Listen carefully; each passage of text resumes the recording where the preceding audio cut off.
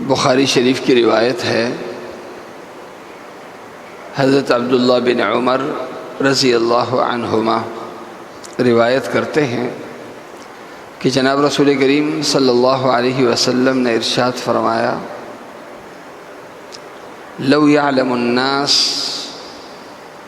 ما في الوحدة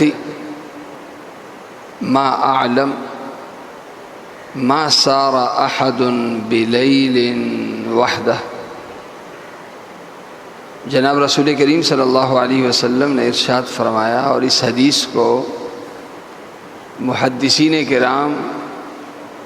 سفر کے آداب یعنی باب و آداب سفر میں اس حدیث کو بیان کرتے ہیں کہ اللہ کے نبی صلی اللہ علیہ وسلم نے ارشاد فرمایا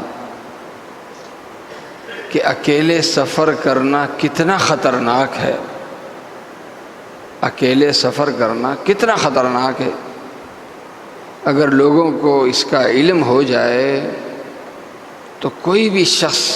اکیلے سفر نہ کرے۔ اللہ کے نبی صلی اللہ علیہ وسلم نے ارشاد فرمایا کہ اگر لوگوں کو پتہ چل جائے کہ اکیلے سفر کرنا کتنا خطرناک ہے تو کوئی بھی شخص اکیلے سفر نہ کرے۔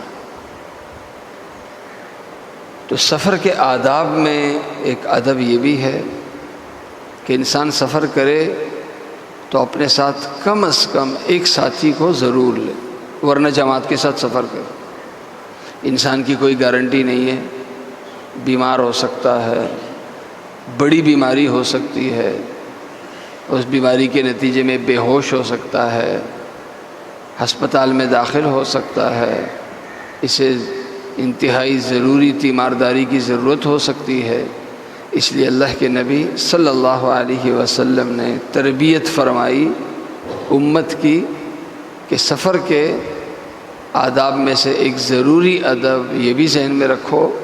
کہ جہاں سفر کی ایک اور تیاری کرتے ہو